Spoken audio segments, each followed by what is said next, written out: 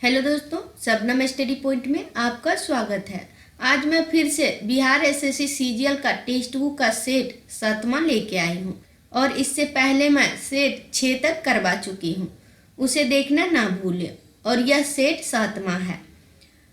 और आप मेरे चैनल पे नए हैं तो चैनल को सब्सक्राइब कर लें ताकि आने वाला हर वीडियो आप तक पहुँचे। तो आइए शुरू करते हैं। पहला क्वेश्चन है, 11वीं पंचवर्षीय योजना वर्ष डैश में समाप्त हुई।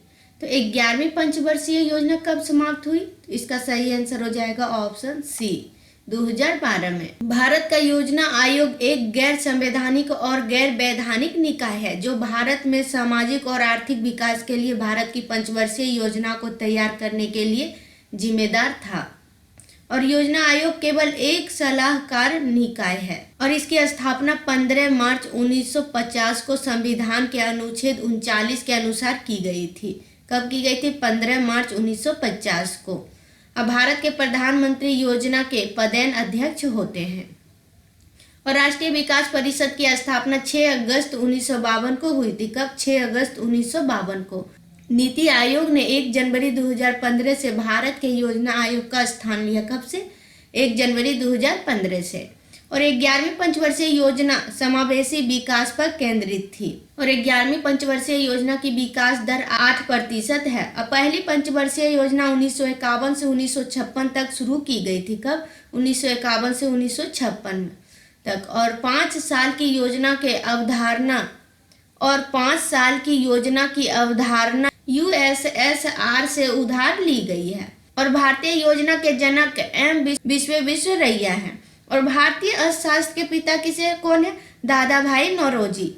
और नीति आयोग के अध्यक्ष नरेंद्र मोदी। और नीति आयोग के उपाध्यक्ष सुमन बेरी हैं। और नीति आयोग के सीईओ परमेश्वरन अय्यर हैं।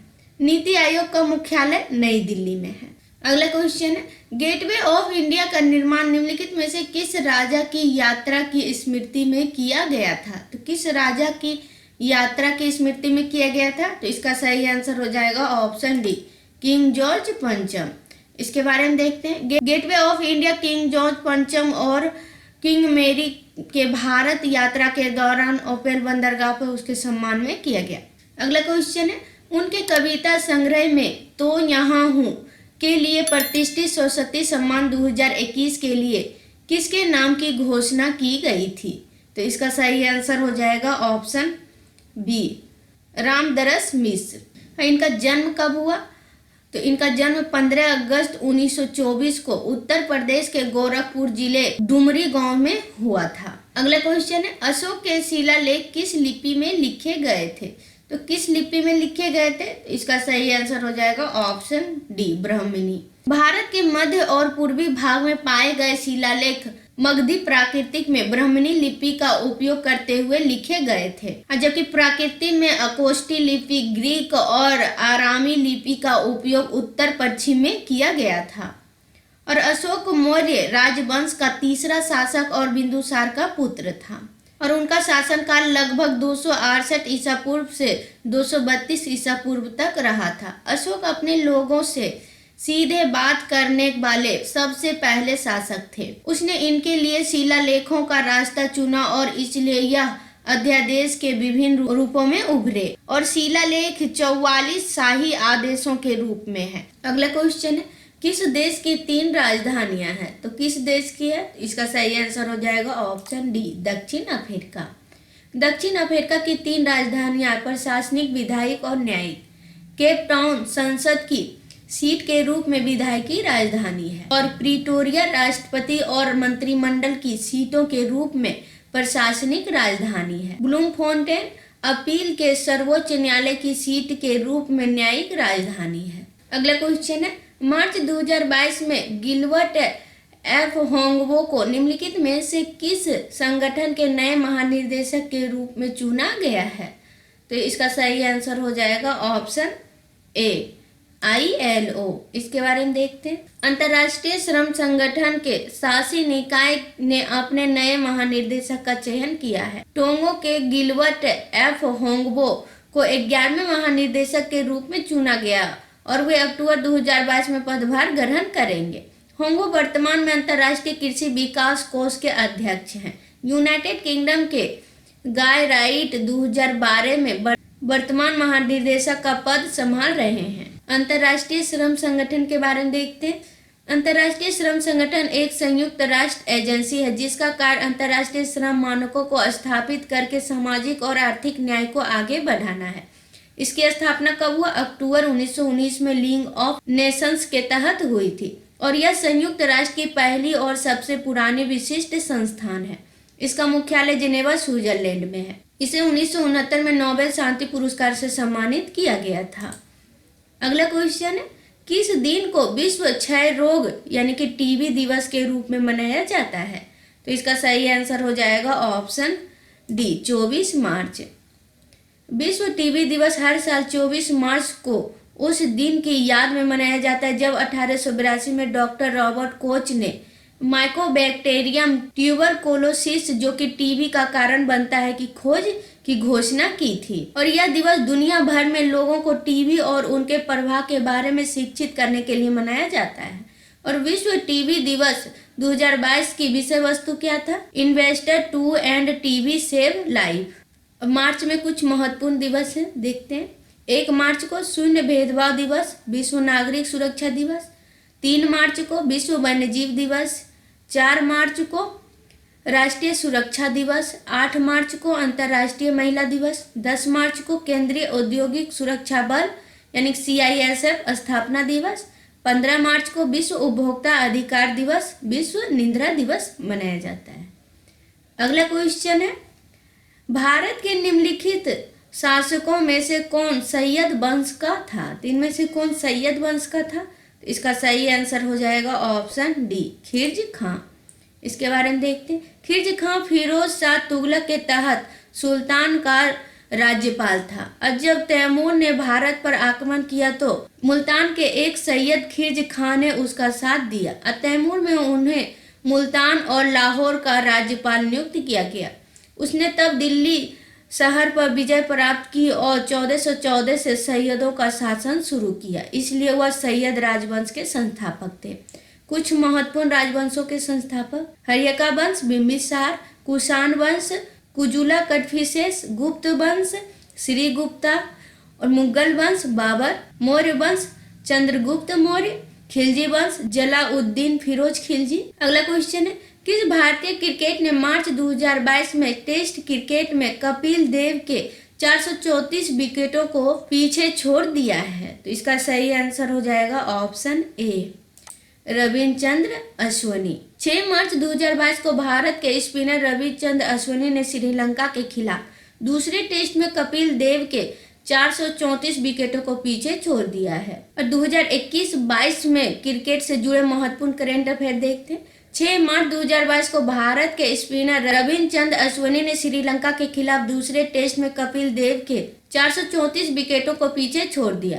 और टेस्ट गेंदबाजी का अवार्ड काइल जेमिसन को उनके 5 विकेट पर 31 रन देने के लिए मिला, जिसे न्यूजीलैंड को पहला विश्व टेस्ट चैंपियनशिप बनने में मदद मिली है।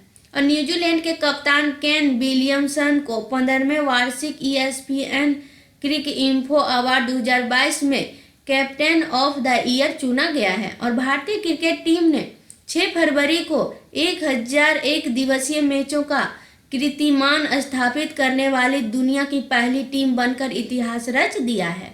और टीम के नाम 2 एक दिवसीय विश्व कप और एक T20 विश्व कप है। और महिला शक्तिकरण को बढ़ावा देने के लिए लीजेंड लिंक क्रिकेट यानी कि LLC ने क्रिकेटर झूलन गोस्वामी को एम्बेसडर नियुक्त किया है। और भारत ने दिसंबर 2021 में दुबई संयुक्त अरब अमीरात में आयोजित अंडर-19 एशिया क्रिकेट कप 2021 जीता है। और दक्षिण अफ्रीका के wicket keeper Quinton de Kock ने 30 दिसंबर 2021 को टेस्ट क्रिकेट से संन्यास की घोषणा की है। और भारत दक्षिण अफ्रीका को 113 रन से हराकर सेंचुरियन में टेस्ट मैच जीतने वाली पहली एशियाई टीम बन गई है। और ऋषभ पंत टेस्ट क्रिकेट में सबसे तेज 100 आउट करने वाले भारतीय क्रिकेट कीपर बन गए हैं। और उन्होंने 28 दिसंबर 2021 को दक्षिण अफ्रीका के खिलाफ सेंचुरियन में यह उपलब्धि हासिल की। मोहम्मद शमी 200 टेस्ट विकेट लेने वाले 5वें भारतीय तेज गेंदबाज बन गए हैं। और दिसंबर 2021 में ऋषभ पंत को उत्तराखंड का ब्रांड एम्बेसडर नियुक्त किया गया है। और अंतर्राष्ट्रीय क्रिकेट परिषद यानी कि आईसीसी ने नवंबर 2021 में जोफ एलाडिस को अंतर्राष्ट्रीय क्रिकेट शासी निकाय का अस्थायी सीईओ नियुक्त किया गया है। और आईसीसी का मुख्यालय कहाँ है? दुबई, संयुक्त अरब अमीरात में। आईसीसी की स्थापना 15 जून 1909 को हुआ। आईसीसी के उपाध्यक्ष इमरान खान जनवरी 2022 के अनुसार बने हैं। और आईसीसी का अध्यक्ष कौन है? ग्रेग बार्कले है, जनवरी 2022 के अनुसार यह भी बने हैं। अगला क्वेश्चन है, निम्नलिखित का मिलान करें और नीचे दिए गए कूट से सही उत्तर का चयन कीजिए। तो इसका सही आंसर हो जाएगा ऑप्शन सी यानी कि 1 का डी, यानी कि मिजोरम, मिजोरम का आइजोल, मेघालय, मेघालय का शिलोंग, और आंध्र प्रदेश, आंध्र प्रदेश का हैदराबाद, हिमाचल प्रदेश का शिमला। मिजोरम के बारे में देखते हैं। यह भारत का एक पूर्वोत्तर राज्य है। मिजोरम की ज़्यादातर आबादी मिजो लोग की है। और मिजोरम एक पहाड़ी क्षेत्र है जो पूर्व और दक्षिण में म्यांमार और पश्चिम में बांग्लादेश और त्रिपुरा के बीच स्थित है। इसकी उत्तरी सीमा असम और मणिपुर राज्यों को छूती है। मेघालय, यह अपनी उच्च वर्षा, उष्णकटिबंधीय वनों और जैव विविधता के लिए प्रसिद्ध है। आंध्र प्रदेश, यह महाद्वीप के दक्षिण पूर्व भाग में स्थित है। यह भारत में क्षेत्रफल के हिसाब से 7वां सबसे बड़ा राज्य है। उसके बाद है हिमाचल प्रदेश, यह उत्तरी राज्य है और यह हिमालय क्षेत्र का हिस्सा है। शिमला, मनाली, कुल्लू आदि घाटियां इस राज्य में स्थित है। इसके बारे में देखते हैं कुछ। मिजोरम का आइजोल, इसका गठन कब हुआ? 20 फरवरी 1987 को। मेघालय, शिलोंग 21 जनवरी 1972 को हुआ।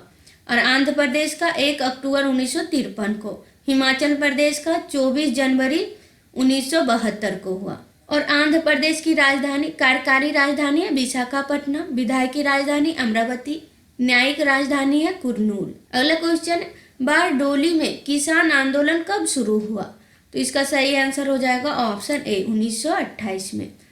भारत में बारडोली आंदोलन एक कर मुक्त आंदोलन था। 1928 में बारडोली सत्याग्रह हुआ था और सरदार वल्लभ भाई पटेल ने अंततः आंदोलन का नेतृत्व किया था।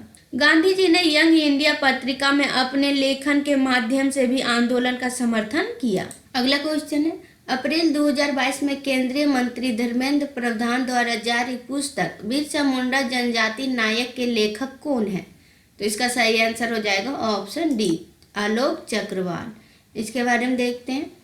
केंद्रीय शिक्षा और कौशल विकास मंत्री धर्मेंद्र प्रधान ने 5 अप्रैल 2022 को बिरसा मुंडा जनजाति नायक पुस्तक का विमोचन किया। इसे प्रोफेसर आलोक चक्रवाल, कुलपति गुरु घासीदास विश्वविद्यालय बिलासपुर ने लिखा है। सर्वेटस ऑफ इंडिया सोसाइटी की स्थापना किस वर्ष में हुई थी? तो इसका सही आंसर हो जाएगा ऑप्शन ए 1905 में। 1905 ईस्वी में सर्वेटस ऑफ इंडिया सोसाइटी की स्थापना हुई थी और सर्वेटस ऑफ इंडिया सोसाइटी की स्थापना गोपाल कृष्ण गोखले ने की थी। इसका उद्देश्य पुरुषों को खुद को राष्ट्रीय मिशन नारियों के रूप में भारत की सेवा में समर्पित करना और सभी संवैधानिक माध्यमों से भारतीय लोगों के राष्ट्रीय हितों को बढ़ावा देना था। 1908 में उन्होंने रेनाल्डे इंस्टीट्यूट ऑफ इकोनॉमिक्स की स्थापना की। 1889 में वह भारतीय राष्ट्रीय कांग्रेस के सदस्य बने और 1890 में वे पूना सार्वजनिक सभा के मादन सचिव चुने गए। अगला क्वेश्चन है, दिल्ली सल्तनत पर शासन करने वाली एकमात्र महिला कौन है? इसका सही आंसर हो जाएगा ऑप्शन ए रजिया सुल्तान। 1236 में सुल्तान इल्तुतमिश की बेटी रजिया दिल्ली की पहली और एकमात्र महिला सुल्तान बनी है और अपना नियंत्रण पुनः प्राप्त करने के लिए रजिया 1240 ईस्वी में दिल्ली के लिए रवाना हुई थी, लेकिन वह कैथल यानी कि हरियाणा के पास एक आंतरिक साजिश के कारण हार गई और उसकी हत्या कर दी गई। उसे 1240 में सिंहासन से हटा दिया गया था। और मेहरुनिसा बेगम शेर अफगान खान की बेटी थी, जहां आरा बेगम बादशाह शाहजहां और उनकी पुत्री मुमताज महल की सबसे बड़ी संतान थी। इल्तुतमिश की पत्नी कुतुब बेगम थी। अगला क्वेश्चन है, पाथवे टू गॉड नामक प्रसिद्ध पुस्तक किसने लिखी? तो इसका सही आंसर हो जाएगा ऑप्शन बी महात्मा गांधी। महात्मा गांधी का जन्म 2 अक्टूबर 1869 को पोरबंदर में हुआ था। उनका पूरा नाम मोहनदास करमचंद गांधी है और वे भारत स्वतंत्रता आंदोलन के प्रमुख व्यक्तियों में से एक थे।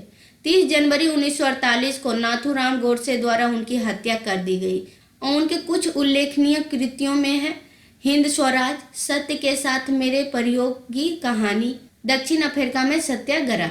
उनके द्वारा कई समाचार पत्र प्रकाशित किए गए जैसे में हरिजन, इंडियन ओपिनियन, यंग इंडिया और महात्मा गांधी की पुस्तक पाथवे टू गॉड 1971 में प्रकाशित हुई थी। अगला क्वेश्चन, भारत में एक नया राज्य सृजित करने वाले विधेयक को पारित होना अनिवार्य है। तो इसका सही आंसर हो जाएगा ऑप्शन बी, संसद में साधारण बहुमत द्वारा।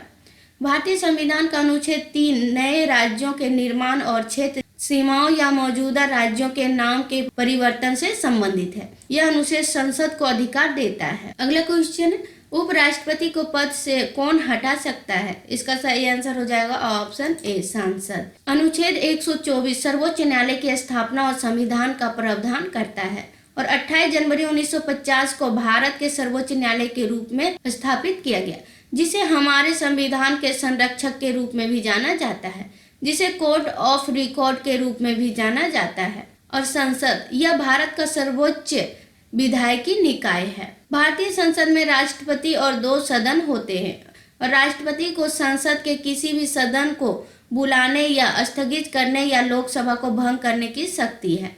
राष्ट्रपति का प्राथमिक दायित्व संविधान और अनुच्छेद 60 के अनुसार भारत के कानून का संरक्षण, सुरक्षा और बचाव करना है।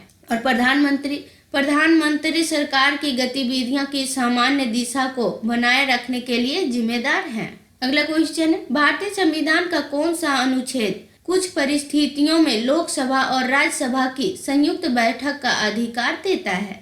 तो इसका सही आंसर हो जाएगा ऑप्शन ए, अनुच्छेद 108। भारतीय संविधान के अनुच्छेद 108 में संसद के दोनों सदनों की संयुक्त बैठक का प्रावधान है। अगला क्वेश्चन है, भारत के संविधान का अनुच्छेद देश समान नागरिक संहिता को परिभाषित करता है। तो इसका सही आंसर हो जाएगा ऑप्शन ए, 44। इसके बारे में देखते हैं।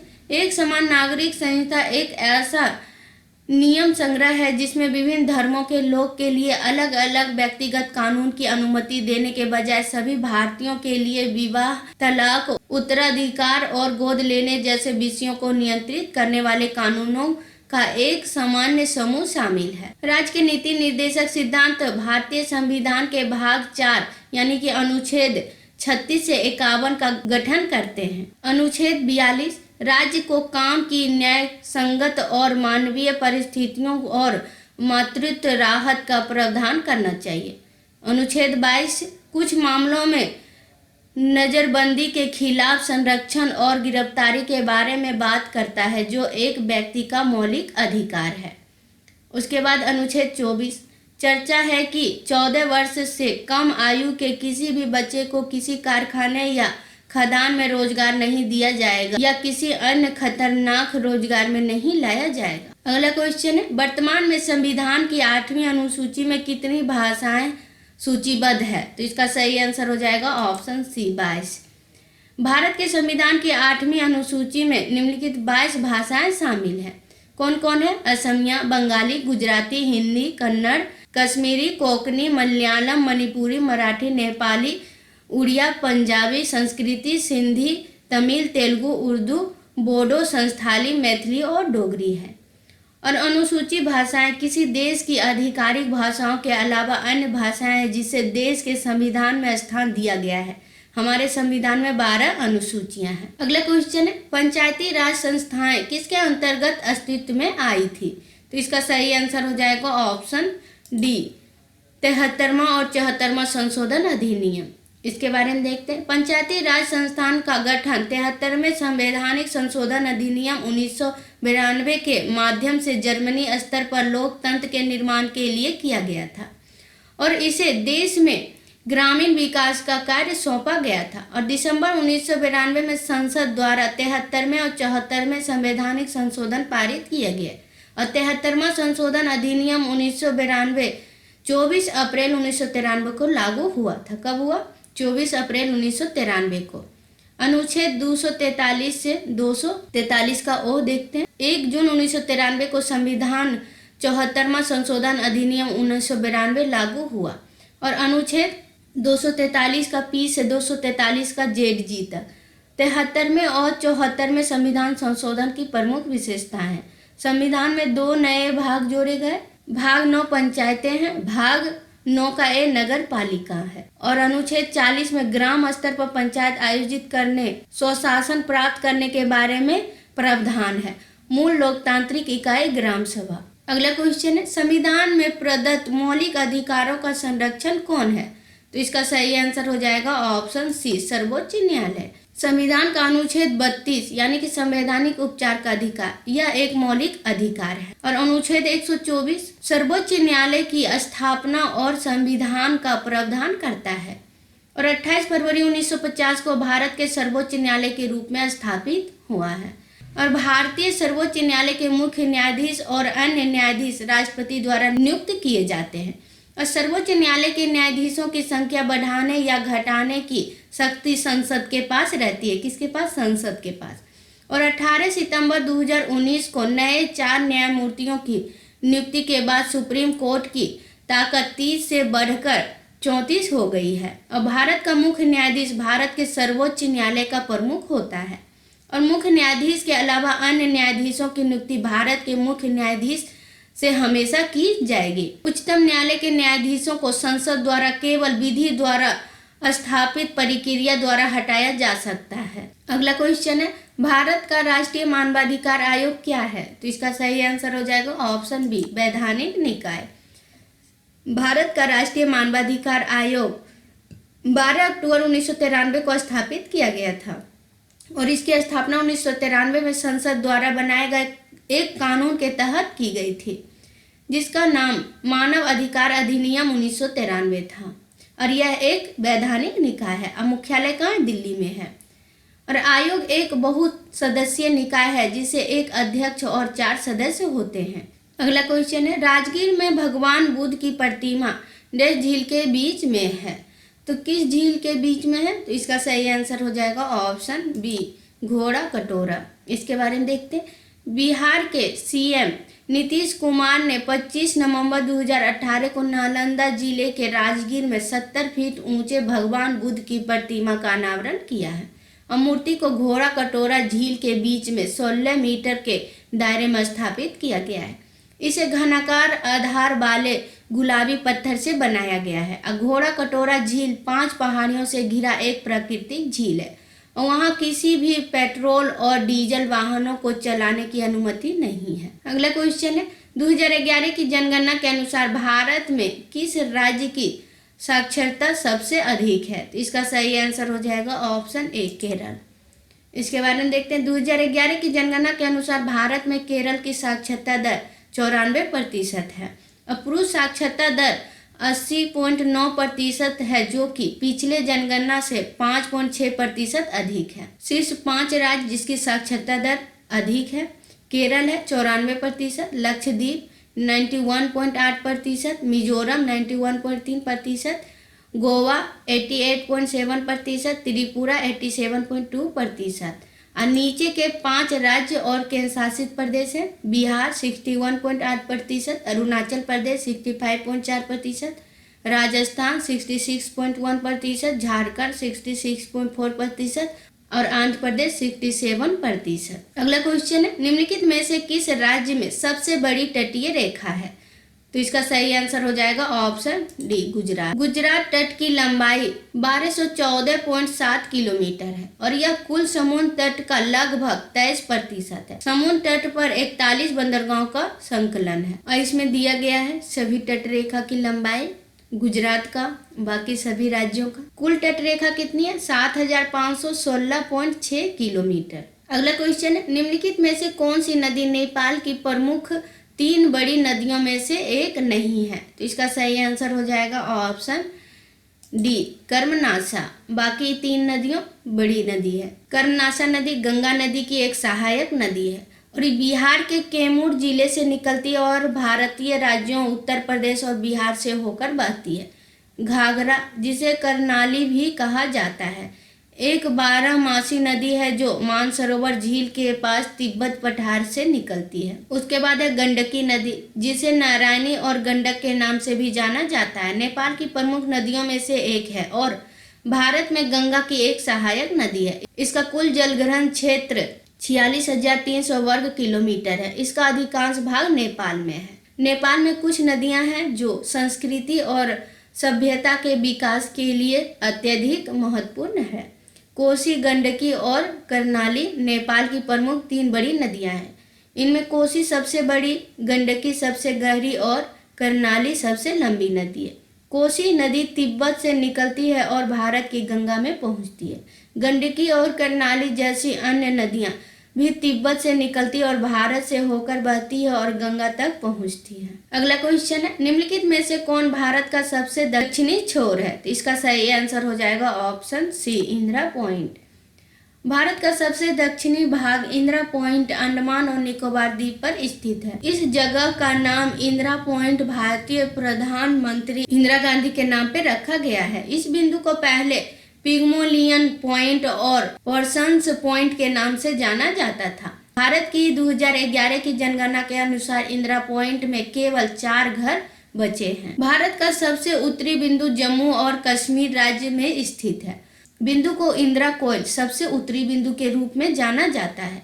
और गुजरात के कच्छ क्षेत्र में घुंवर मोटा भारत का सबसे पश्चिमी बिंदु है। कौन सा है? घुंवर मोटा। और भारत का सबसे पूर्वी बिंदु अरुणाचल प्रदेश के अंजा जिले में किबिथु का छोटा शहर है। लोहित नदी किबिथु से भारत में प्रवेश करती है। उसके बाद कन्याकुमारी के बारे में देखते हैं। कन्याकुमारी भारत में तमिलनाडु राज्य में कन्याकुमारी जिले का एक शहर है। यह मुख्य भूमि भारत में सबसे दक्षिणी शहर है। इसे द लैंड एंड कहा जाता है और यह वह स्थान है जहां बंगाल की खाड़ी, हिंद महासागर और अरब सागर का जल मिलता है। विवेकानंदा रॉक मेमोरियल कन्याकुमारी में एक लोकप्रिय पर्यटन स्थल है। अगला क्वेश्चन है, निम्नलिखित देशों में कौन गेहूं का सबसे बड़ा उत्पादक है? तो इसका सही आंसर हो जाएगा ऑप्शन सी, चीन। चीन दुनिया का सबसे बड़ा गेहूं उत्पादक है और अमेरिका दुनिया में मक्का का सबसे बड़ा उत्पादक है। वहीं गेहूं उत्पादन में दुनिया भर में तीसरे स्थान पर है। ब्राजील हमेशा से कृषि उत्पादक रहा है। गन्ना इसकी प्रमुख फसल रही है और दुनिया का सबसे बड़ा गेहूं बाजार विन्नीपेग कनाडा में स्थित है। कहाँ पे? कनाडा में। परंपरागत रूप से भारत में गेहूं की खेती मुख्य रूप से उत्तरी भागों में होती है और भारत में उत्तरी राज्यों पंजाब और हरियाणा के मैदानों में गेहूं बहुतायत में उगाया जाता है और चिकनी मिट्टी में गेहूं की खेती की जाती है। अगला क्वेश्चन है, बिहार में किस नदी का जलग्रहण क्षेत्र सबसे लंबा है? तो इसका सही आंसर हो जाएगा ऑप्शन ए, गंगा। गंगा बिहार की मुख्य नदी है जो चौसा के राज्य में प्रवेश करती है और भागलपुर और सारण जिले की सीमा बनाती है। गंगा की सहायक नदी में शामिल है गंडक, बागमती, पुनपुन, सोन, कर्मनाशा, कोसी, काली।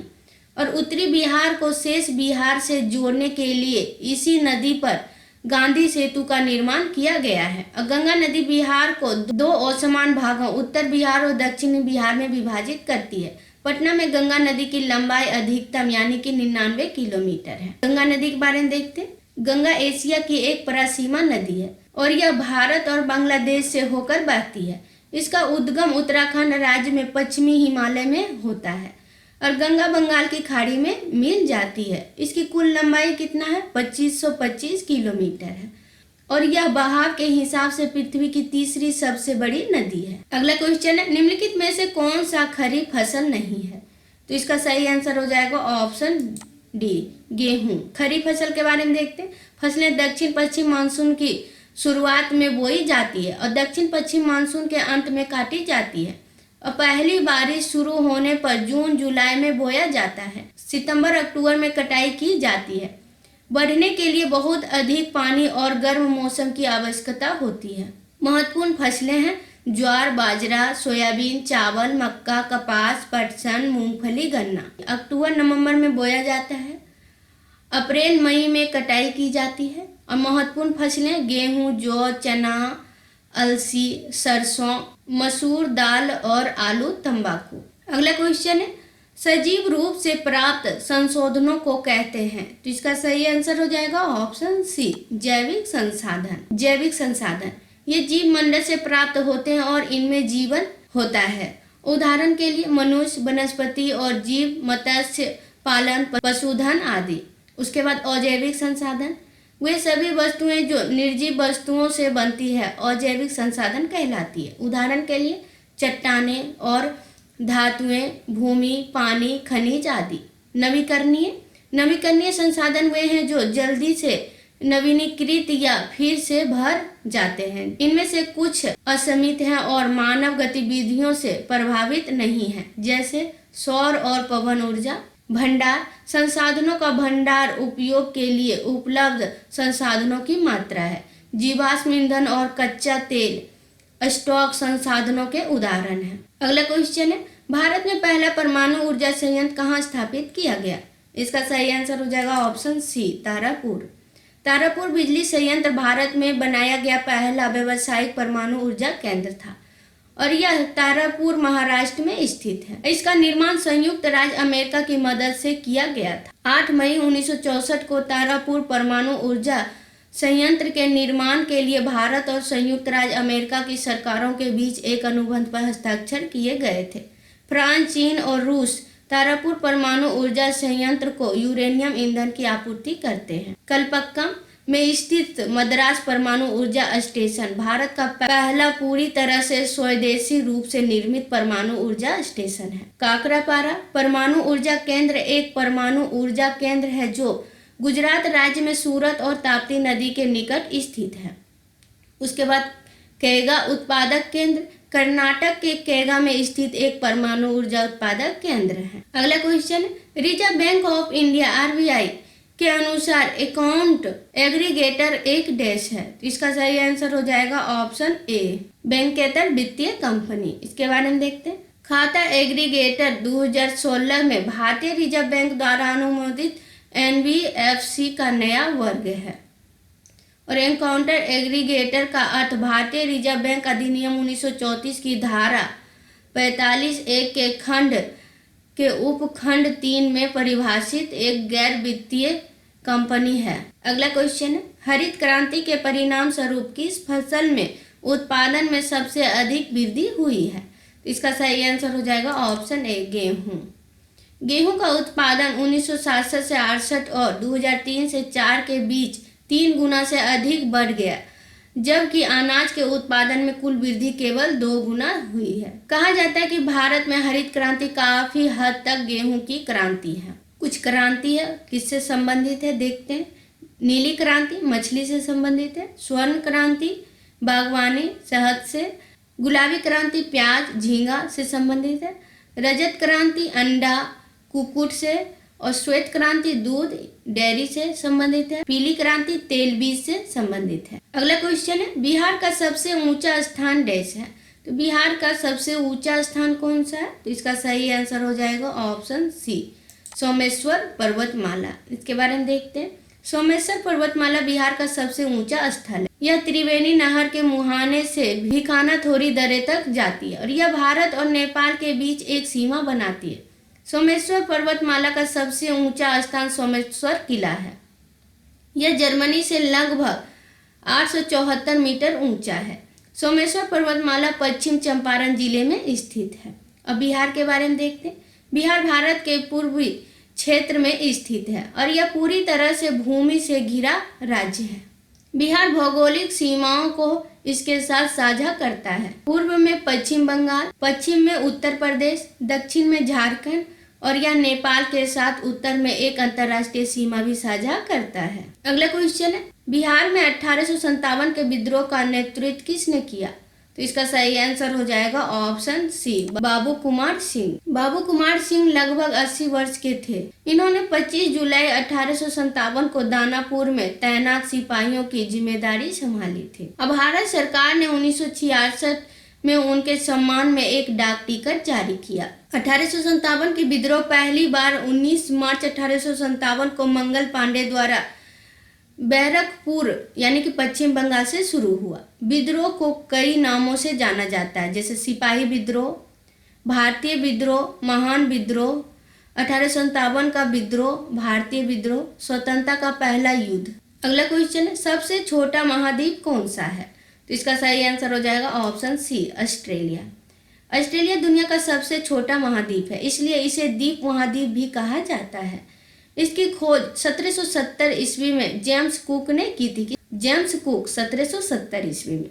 यूरोप महाद्वीप उत्तरी गोलार्ध में सबसे छोटा महाद्वीप है और दुनिया का छठा सबसे बड़ा महाद्वीप है। इसे प्रायद्वीपीय का प्रायद्वीप या यूरेशिया का प्रायद्वीप कहा जाता है। यूरोप और एशिया के सम्मानित क्षेत्र को यूरेशिया कहा जाता है। ऑस्ट्रेलिया, यह महाद्वीप पूरी तरह से दक्षिण गोलार्ध में स्थित है। मकर रेखा इससे होकर गुजरती है। इस महाद्वीप के क्षेत्र में कुल 23 देश हैं। कितने? 23 देश हैं। अफ्रीका दुनिया का दूसरा सबसे बड़ा महाद्वीप है। इसके पूर्व में हिंद महासागर और पश्चिम में अंटार्कटिक महासागर है। यह पृथ्वी का एकमात्र महाद्वीप है जिससे होकर विश्व की तीनों प्रमुख रेखाएं कर्क, मकर, विषुव गुजरती है। जिब्राल्टर जल डमरू मध्य इसे यूरोप से अलग करता है। अगला क्वेश्चन है, निम्नलिखित में से कौन सी भारत में सबसे अधिक खेती की जाने वाली फसल है? इसका सही आंसर हो जाएगा ऑप्शन डी, चावल। चावल एक खरीफ फसल है। यह भारत का महत्वपूर्ण खाद्यान्न है और चीन के बाद भारत दूसरे सबसे बड़ा उत्पादक है। सभी खाद्य फसलों के उत्पादन में चावल का 42% शामिल है। प्रमुख चावल उत्पादक राज्य पंजाब, उत्तर प्रदेश, पश्चिम बंगाल है। गेहूं, यह रबी की फसल है और यह चावल के बाद दूसरी महत्वपूर्ण फसल है। इसके लिए 75 सेंटीमीटर वर्षा की आवश्यकता होती है। 35% उत्पादन उत्तर प्रदेश में होता है। ज्वार का अधिकतम उत्पादन महाराष्ट्र से होता है और इसके लिए गर्म और शुष्क की क्षेत्र की आवश्यकता होती है। उसके बाद दलहन, तो इसमें प्रोटीन होता है इसलिए हर कोई इसे पसंद करता है। मध्य प्रदेश दलहन में शीर्ष उत्पादक है और इसके लिए एक शुष्क क्षेत्र की आवश्यकता होती है। अगला क्वेश्चन है, भारत सरकार ने इनमें से किस भाषा को शास्त्रीय घोषित किया है? तो इसका सही आंसर हो जाएगा ऑप्शन सी, ओडिया। इसके बारे में देखते हैं। भारत में शास्त्रीय भाषाओं की सूची में ओडिया सबसे नवीनतम है। ओडिया को 2014 में शास्त्रीय भाषा का दर्जा दिया गया। कब दिया गया? 2014 में। अब वर्तमान में 6 भाषाएं जो भारत में शास्त्रीय भाषा है और सभी 6 शास्त्रीय भाषाओं को संविधान के 8वीं अनुसूची में सूचीबद्ध किया गया है। तमिल भाषा की पहली भाषा है जिसे शास्त्रीय दर्जा प्राप्त हुआ है और तमिल को 2004 में शास्त्रीय भाषा घोषित किया गया और 2005 में संस्कृत को, 2008 में कन्नड़ को, 2008 में तेलुगु को और 2013 में मलयालम को। अगला क्वेश्चन है, हमारे सौर मंडल का सबसे गर्म ग्रह है?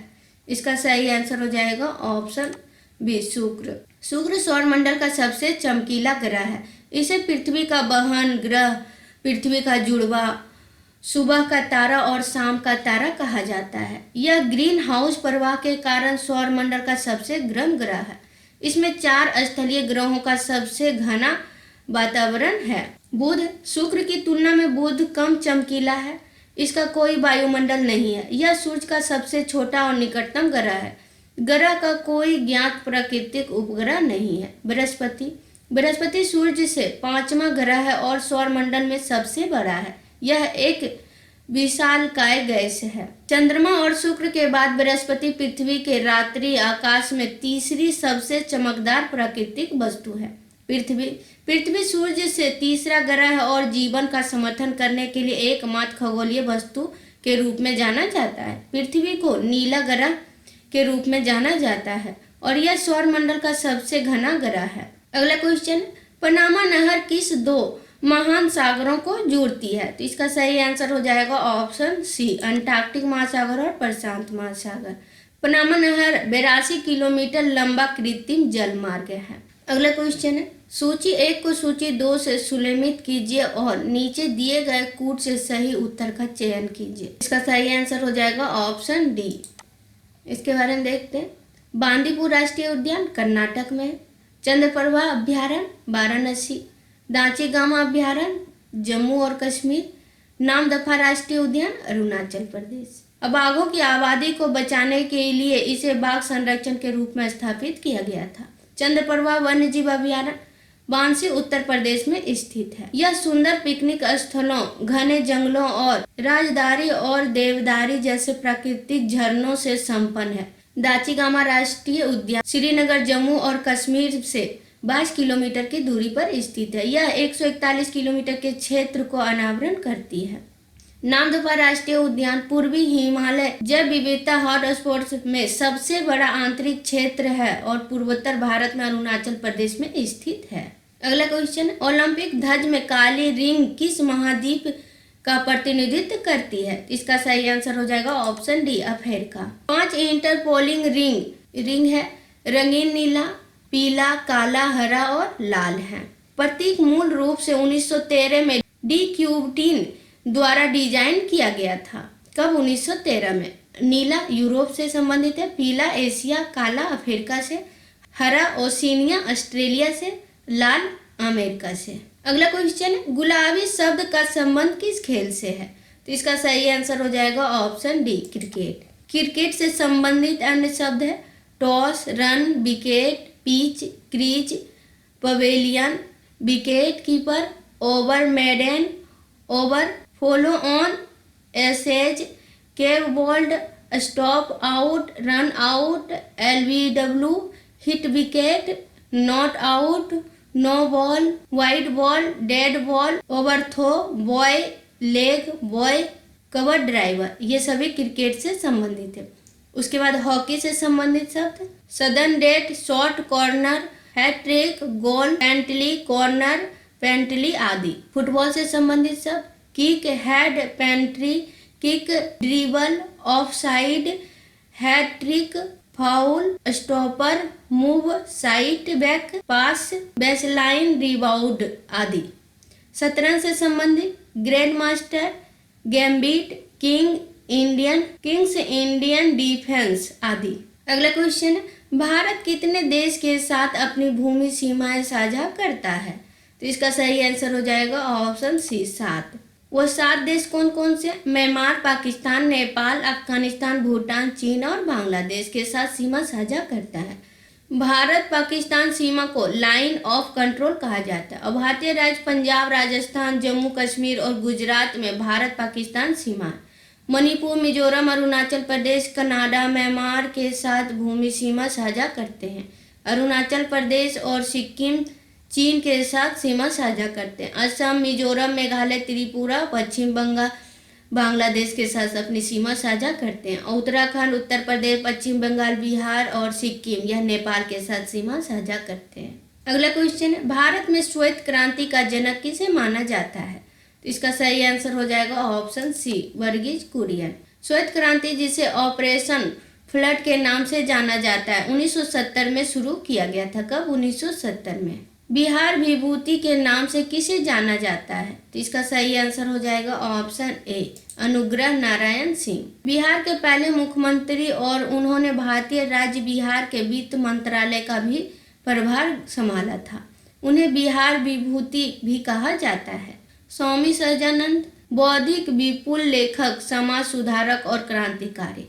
उन्हें अखिल भारतीय किसान सभा का गठन किया और पटना के पास बिहटा में आश्रम की स्थापना की।